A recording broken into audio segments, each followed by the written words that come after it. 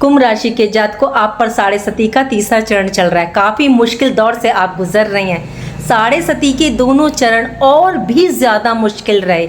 शनिदेव देखिए अब इस टाइम वक्र अवस्था में चल रहे हैं। शनिदेव कर्मा प्लैनेट है, कर्मों के अनुसार फल देते हैं और जाते हुए ये डेफिनेटली कर्मों का हिसाब करके जाते हैं और पूरी जितनी मेहनत आपने की गई उसके अनुसार ये रिजल्ट दे करके जाते हैं। राधे राधे, मैं हूँ एस्ट्रोलॉजर नीलू चौधरी। मेरे चैनल ग्रहों की माया में आपका स्वागत है। चलिए जानते हैं कैसा रहेगा अगस्त का महीना कुंभ राशि के जातकों के लिए। बात करते हैं आपके फर्स्ट हाउस की। फर्स्ट हाउस प्रथम भाव में राहु देव विराजमान है कुंभ राशि में। फर्स्ट हाउस क्या होता है? आपका कैरेक्टरिस्टिक का, आपकी सोच का, पर्सनैलिटी का, आपकी ऑरा का, हमारे आचार विचार, खान पान का। और फर्स्ट हाउस में देखिए राहु सिर्फ नेगेटिव ही रिजल्ट नहीं देते, पॉजिटिव रिजल्ट भी ये हमको देते हैं। राहु अचानक धन लाभ, मानसिक शांति और निर्णय लेने की क्षमता ये प्रदान करते हैं। आध्यात्मिक विकास की ओर की प्रगति में ये सहायक है। फर्स्ट हाउस में रहेंगे तो आप अपनी मेहनत, कर्म के अधिकारों के प्रति न सजग हो जाएंगे। आपने अपनी लाइफ में काफ़ी मेहनत की, सदा दूसरों के लिए क्या, समय आया तो वो इंसान यदि आपसे ये कह दे आपने मेरे लिए किया ही किया है तो आपकी भावनाओं को मतलब मन को आघात पहुंचेगा। और राहु फर्स्ट हाउस में तो आपको वो सम्मान अधिकार दिलवा कर रहेंगे। वैसे भी राहु उच्च होकर के बैठे हैं कुंभ राशि में। राहु किसी भी कार्य को करने के देखिए 100 रास्ते निकाल लेते हैं और आपके कार्य जो अधूरे थे उनको अब ये पूरा करवाएंगे। केतु की भी दृष्टि है फर्स्ट हाउस पर और अब केतु जो है उच्च नक्षत्र में है, शुक्र के पूर्वा फाल्गुनी नक्षत्र में ये गोचर कर रहे हैं। तो आपके रिश्तों में, कार्य में सही गलत की ये पहचान करवाएंगे। और राहु वैसे भी किसी चीज़ की गहराई में, डेप्थ में जाकर के ये चीज़ों को निकाल करके लाते हैं। राहु का प्रथम भाव में व्यक्ति को बहुत ही महत्वाकांक्षी, बुद्धिमान, दूसरों से अलग दिखने वाला बनाता है। राहु जातक को प्रभावशाली व्यक्तित्व प्रदान करता है।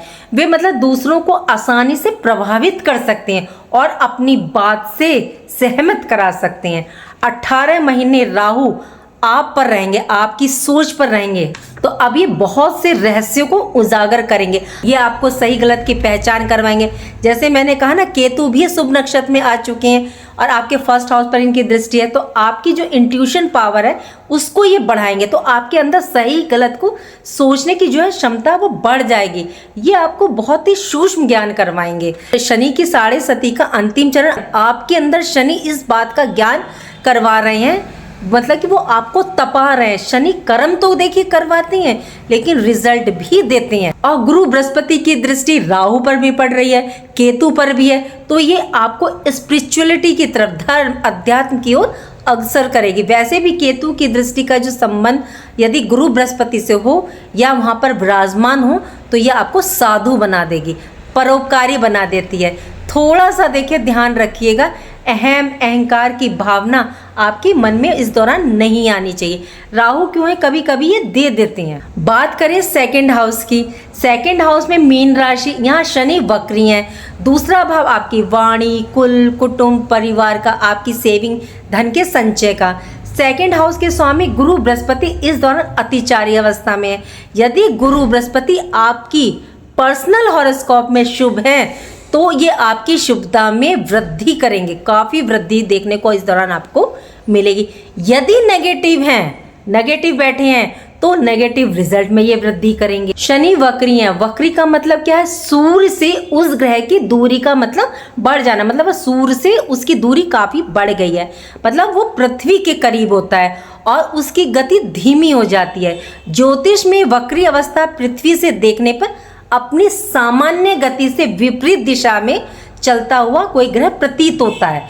ये वैसे एक देखिए भ्रम है। वास्तव में वो अपनी कक्षा में उल्टी दिशा में नहीं घूमते बल्कि पृथ्वी की गति के कारण ऐसा होता है। अगर कोई ग्रह यूनिवर्स में उल्टा चलना शुरू कर देना तो यूनिवर्स हिल जाएगा, उसकी दूरी बढ़ जाती है, इसलिए वो थोड़ा सा धीरे लगता है। वक्री ग्रह के रिजल्ट में तेजी आ जाती है, चेष्टा बल में वृद्धि हो जाती है, किसी काम को करने की इच्छा, ताकत एफर्ट में मतलब वृद्धि। शनि वक्र है, मंगल की भी दृष्टि है आपके सेकंड हाउस कुल कुटुंब परिवार पर।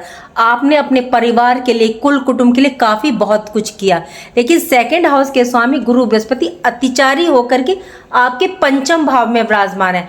पंचम भाव किस चीज का है? आपके पूर्व में किए गए कर्मों का, कार्यों का, पूर्व जन्म में किए गए कार्यों का। और सेकंड हाउस कुल कुटुंब परिवार का स्वामी पंचम में, तो आपने अभी तक अपने परिवार के लिए जो कुछ भी किया उसका प्रतिफल अभी आपको नहीं मिला, रिजल्ट नहीं मिला, बल्कि जितना किया उसका नेगेटिव ही मिला।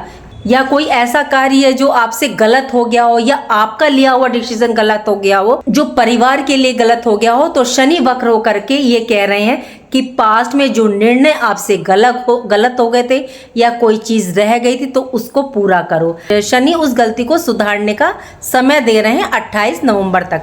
शनि वक्र हो रहे हैं आपके सेकंड हाउस में। कोई भूमि संबंधी, पैतृक संबंधी या धन को लेकर के कोई विवाद था, रिश्तों को लेकर के कोई विवाद था, तो अब आपके सामने सारी स्थिति क्लियर हो जाएगी और अब आप इन प्रॉब्लम से निकलेंगे। इन्हें मतलब आप सही करेंगे। आपका फर्स्ट हाउस भी यही बता रहा है और सेकंड हाउस भी आपको ये इंडिकेट कर रहा है कि अब आप समझें कि आपने किसके लिए क्या किया, किसके लिए क्या नहीं किया, कितना रिजल्ट मिला, कितना प्रतिफल मिला। आप कुंभ राशि वालों सदा मेहनत करते रहते हो और उसका कोई खास रिजल्ट आप लोग को नहीं मिलता। बात करें थर्ड हाउस की, थर्ड हाउस में मेष राशि, इसके स्वामी 28 जुलाई से आपके 8th हाउस में प्रवेश करेंगे। थर्ड हाउस मेहनत का, पराक्रम का, कम्युनिकेशन का। अगस्त में मंगल आपके 8th हाउस में रहेंगे, जिसका प्रभाव यह देखने को मिलेगा कि मित्र, पड़ोसी, छोटे भाई बहन से कोई विवाद देखने को मिल सकता है, या वाणी के द्वारा आप कुछ उन्हें ऐसा बोल दें जिससे कि आपका कम्युनिकेशन बिगड़ जाए। यहाँ के स्वामी 8th हाउस में, 8th हाउस पाताल का घर होता है। और जब कोई गर्म ग्रह, देखिए कई बार मैंने बताया, जब कोई गर्म ग्रह पाताल के घर में जाएगा, वहाँ पर बैठेगा तो उसकी तासीर ठंडी हो जाएगी, वो रिजल्ट नहीं दे पाएगा। तो इस टाइम आप अपनी मेहनत, पराक्रम में कमी देखेंगे और ये आपको देखने को मिलेगी। आलस की स्थिति, टेंशन की स्थिति मतलब थोड़ी रहेगी।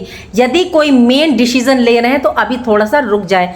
मंगल जब 9th हाउस में प्रवेश करेंगे, मंगल फिर आपके लिए देखिए शुभ रहेंगे, तब आप कोई भी डिसीजन ले सकते हैं। बात करें 4th हाउस की, 4th हाउस में वृषभ राशि, इसके स्वामी शुक्र 26 जुलाई से आपके 5th हाउस में प्रवेश कर चुके हैं। गुरु बृहस्पति के साथ शुक्र की युति हो रही है।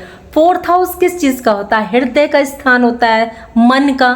भूमि, भवन, वाहन, सुख भाव का स्वामी पंचम में।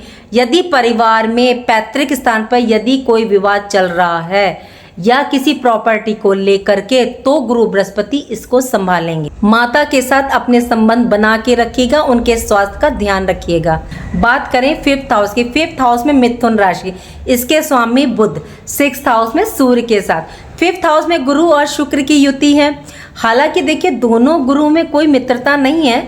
5th हाउस संतान का, शिक्षा का, शेयर मार्केट का, स्टॉक मार्केट का, आपके लव रिलेशन का। देखिए एक गुरु डिवाइन नॉलेज देती हैं, आध्यात्मिकता प्रदान करते हैं, आपको जीवन में आगे बढ़ने की ओर प्रेरित करते हैं, अग्रसर करते हैं। दूसरे गुरु भोग विलास ऐश्वर्य प्रदान करते हैं। गुरु बृहस्पति के आशीर्वाद से आपकी संतान की शिक्षा, एजुकेशन इस टाइम अच्छी रहेगी। ज्ञान में ये वृद्धि करेंगे। पढ़ाई में मतलब इस दौरान आपकी संतान का फोकस रहेगा, बिल्कुल स्टेबल हो जाएंगे। कॉन्फिडेंस बहुत अच्छा रहेगा इस टाइम। लेकिन दोनों गुरु एक साथ हैं, थोड़ा सा देखिए ओवर कॉन्फिडेंस भी आ सकता है। कॉन्फिडेंस ठीक है, ओवर कॉन्फिडेंस ज़्यादा ठीक नहीं होता, किसी भी चीज़ की अति ठीक नहीं है, तो इससे बचिएगा, इसको कंट्रोल कीजिएगा। पंचम भाव के स्वामी देखिए 6th हाउस में बैठ करके आपके 12th हाउस को देख रहे हैं, विदेश भाव को। यदि आप कहीं जाने की सोच रहे हैं, ट्रैवलिंग की सोच रहे हैं, तो ये महीना आपके लिए पॉजिटिव रहेगा। पढ़ाई, एजुकेशन देखिए इस महीने आपकी ठीक है। कभी कभी क्या होगा, दोनों गुरु एक साथ हैं तो कंफ्यूजन की स्थिति ये पैदा कर सकते हैं, उससे भी बचिएगा। दूसरों की बातों में मत आइएगा। बात करें आपके लव रिलेशन की, तो लव रिलेशन आपका ठीक रहेगा। लेकिन 1st हाउस में राहु बैठे हैं तो आपके माइंड में कहीं ना कहीं शंका, ये डाउट क्रिएट कर सकते हैं, तो इस चीज से, राहु से बचिएगा। ये डबल माइंडेड सोचने पर मजबूर कर देते हैं। दोनों गुरुओं की दृष्टि 11th हाउस, लाभ इच्छा की पूर्ति के घर पर आय के स्रोत साधन में बढ़ोतरी होगी। बात करें 6th हाउस की, 6th हाउस में सूर्य 16 जुलाई तक रहेंगे बुध के साथ विराजमान। बुधादित्य योग बन रहा है। काल पुरुष की कुंडली में 6th हाउस बुध का ही घर है और बुध अपने ही घर में देखिए विराजमान है। 6th हाउस रोग ऋण शत्रु का होता है और सूर्य यहाँ पर अच्छा रिजल्ट देते हैं। 3, 6, 11 ये त्रिक भाव है, इनको क्रूर भाव माना जाता है। सूर्य का रिजल्ट यहाँ अच्छा देखने को मिलेगा। रोग ऋण शत्रु का ये नाश करेंगे। बुध भी विराजमान है। बुध किस चीज के कारक? बुद्धि के, मैनेजमेंट के, बैंकिंग सेक्टर के, सीए के, मैथमेटिक के, डॉक्यूमेंटेशन के। और सूर्य बुध एक साथ होने से जो जॉब के लिए आप अप्लाई कर रहे हैं, गवर्नमेंट जॉब की तैयारी कर रहे हैं, तो आपको सक्सेस मिलेगी। जो banking sector, CA, management course कर रहे हैं, उनके लिए भी देखिए ये समय काफी अच्छा है। पिता या पिता तुल्य व्यक्ति से सपोर्ट, हेल्प आपको इस दौरान मिल सकता है। बात करें 7th हाउस की, 7th हाउस में केतु देव विराजमान है। केतु ने नक्षत्र परिवर्तन किया और ये शुक्र के नक्षत्र पूर्वा फागुनी नक्षत्र में प्रवेश कर चुके हैं और ये 29 मार्च 2026 तक केतु यहाँ रहने वाले हैं। केतु के पास देखिए धड़ है, फिर भी सात्विक माना गया है। केतु के पास 6 सेंस है, इंट्यूशन पावर है, लेकिन केतु अतृप्त प्लेनेट है, मतलब माइंडलेस प्लेनेट है। केतु जिस ग्रह के साथ बैठते हैं उसके अधीन होकर के ये कार्य करने लगते हैं। केतु 17 अगस्त से सूर्य के साथ युति करेंगे, उससे पहले केतु अकेले यहाँ विराजमान रहेंगे। केतु का नक्षत्र परिवर्तन देखिए बहुत इंपॉर्टेंट माना जाता है और केतु पूर्वा फागुनी शुक्र के नक्षत्र में। शुक्र वैभव, ऐश्वर्य, सुख के कारक, शुक्र वीर के, संतति के, भोग के कारक, तो केतु आपकी इन इच्छाओं को पूरा करेंगे। 7th हाउस देखिए लाइफ पार्टनर का, बिजनेस पार्टनर का, परिवार का, वैवाहिक जीवन का होता है। 16 अगस्त तक तो काफी अच्छा रहेगा। धन में वृद्धि, आपसी रिलेशन पति पत्नी में अच्छे रहेंगे। 17 अगस्त को जैसे ही सूर्य यहाँ गोचर करेंगे 7th हाउस में यहाँ आएंगे तो यहाँ ग्रहण दोष लगेगा।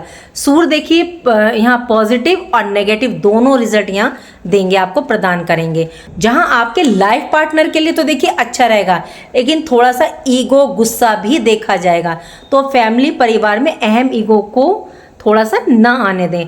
मैरिड लाइफ में अंडरस्टैंडिंग बना करके रखिएगा।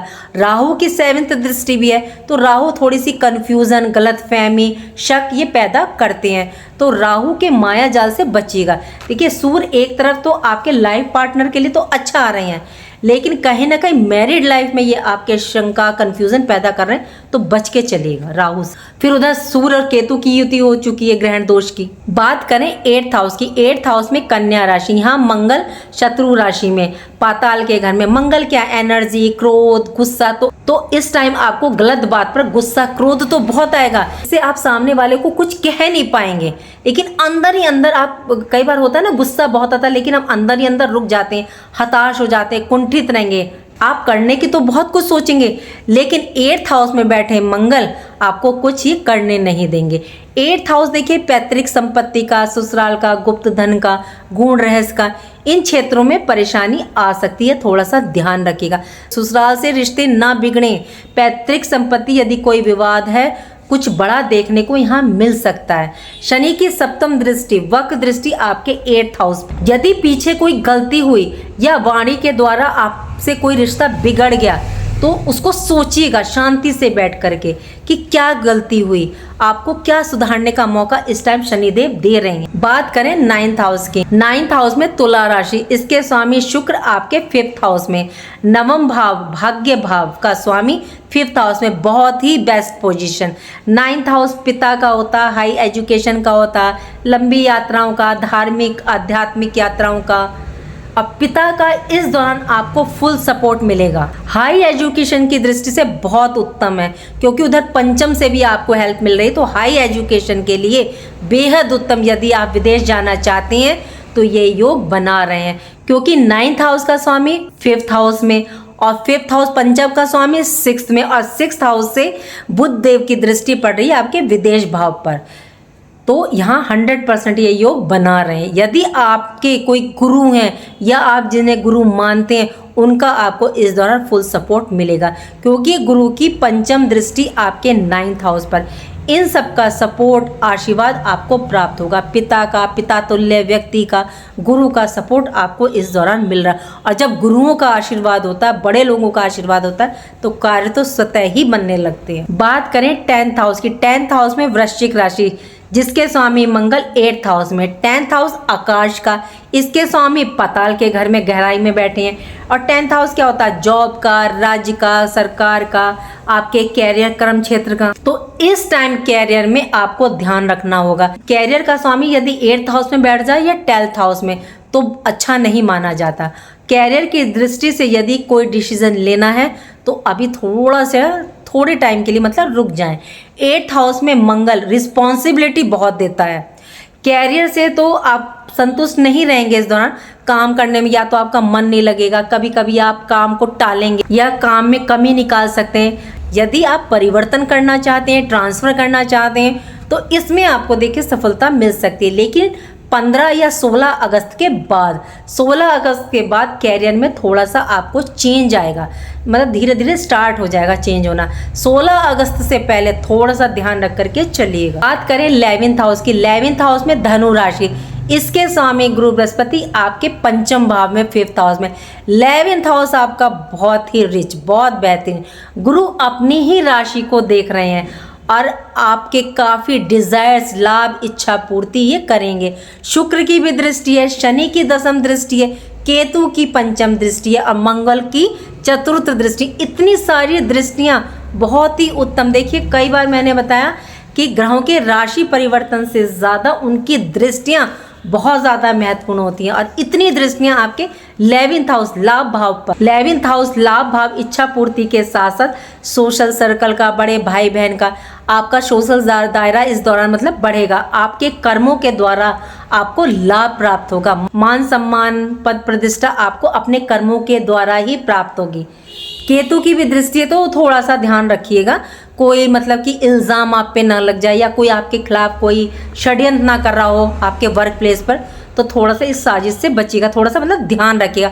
वैसे गुरु बृहस्पति यहाँ बचाने का काम करेंगे आपको, क्योंकि उनकी दृष्टि है अपने घर पर, अपने घर को वो खराब नहीं होने देंगे, लेकिन फिर भी थोड़ा सा ध्यान रख के चलिए। बात करें 12th हाउस की, 12th हाउस में मकर राशि, इसके स्वामी शनि 2nd हाउस में धन भाव में वक्री हो रही हैं। तो 12th हाउस खर्चे का, व्यय का, विदेश का, और सूर्य की भी दृष्टि है, बुध की भी दृष्टि है 16 जुलाई तक। तो थोड़ा सा आपको नींद में थोड़ी सी टेंशन, डिस्टर्बेंस आपको हो सकती है। सैया सुख में आपके कमी आएगी, क्योंकि 12th हाउस सैया सुख का भी होता है, तो कमी आएगी। रीज़न कुछ भी हो सकता है, टेंशन हो सकती है, स्वास्थ्य में थोड़ी सी छोटी मोटी कोई प्रॉब्लम हो सकती है।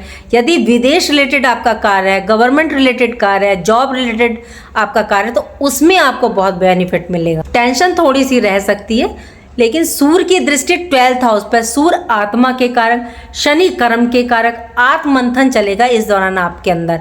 अपने कार्यों को लेकर के थोड़ा मतलब डिस्टर्ब रहेंगे आप, द्वंद्व चलेगा अंदर। धन का सुख, संतान सुख, लाभ, इच्छा पूर्ति तो आपकी देखिए हो रही है, उसके बावजूद भी आपका मन अशांत रहेगा इस दौरान। इसका एक बड़ा कारण रहेंगे मंगल देव। बस क्रोध को शांत रखिएगा, मन को शांत रखिएगा, मन शांत तो सब चंगा। और थोड़े टाइम की बात है, जैसे ही मंगल 9th हाउस में आ जाएंगे फिर सब ठीक हो जाएगा। अब आपको उपाय क्या करना है? उपाय तो आपको करना पड़ेगा, क्योंकि राहु 1st हाउस में है और आपके ऊपर ही प्रभाव डाल रहे हैं, आपके माइंड पर। तो यहाँ सरस्वती पूजन कीजिएगा, बुधवार को जाकर के नीले पुष्प माता सरस्वती के आगे रखिएगा। नहीं तो एक स्कंद पुराण में इनका नील सरस्वती स्त्रोत है, उसको पढ़िएगा, बहुत अच्छा रिजल्ट आपको मिलेगा। दुर्गा स्तुति कर सकते हैं, उससे भी ये शांत हो जाते हैं। और मंगल की कंडीशन बहुत ख़राब है, तो उसके लिए हनुमान जी के चरणों में जाके मीठा पान रखिएगा, बजरंग बाण, सुंदरकांड, हनुमान चालीसा जो आप पढ़ सकते हैं संध्या समय पढ़िएगा। चोला चढ़ाए तो चढ़ा सकते हैं, बहुत बेहतरीन। कुंभ राशि के जात को सूर्य को जल आप ज़रूर दिया करें, आपके लिए सूर्य की पूजा बहुत ज़रूरी है। और वैसे भी सावन मास चल रहा है, बहुत ही बेहद शानदार महीना चल रहा है श्रावण मास, और कुछ ही दिन बचे हैं। तो शिव है तो हमारी हर समस्या का समाधान है। एक लोटे जल में गुड़, शहद, शक्कर, सफ़ेद तिल डाल के ले जाइए और शिव जी पर अर्पित कीजिए। चाहे तो इनका रुद्राष्टकम बोलते हुए कीजिए या पंचाक्षी षडाक्षी मंत्र बोलते हुए कीजिए।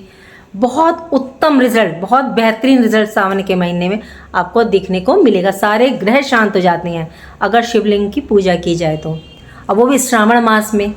और वैसे भी लिखा गया है शिव पुराण में कि प्रदोष व्रत में की गई पूजा तो वैसे भी शिव को बहुत प्रिय है। तो उम्मीद करती हूँ कि जो जानकारी मैंने आपको दी वो आपको अच्छी लगी होगी, और अच्छी लगी है तो लाइक कीजिए, कमेंट बॉक्स में हर हर महादेव लिखिए, और मेरे चैनल ग्रहों की माया को सब्सक्राइब कीजिए। राधे राधे, जय माँ बाबा।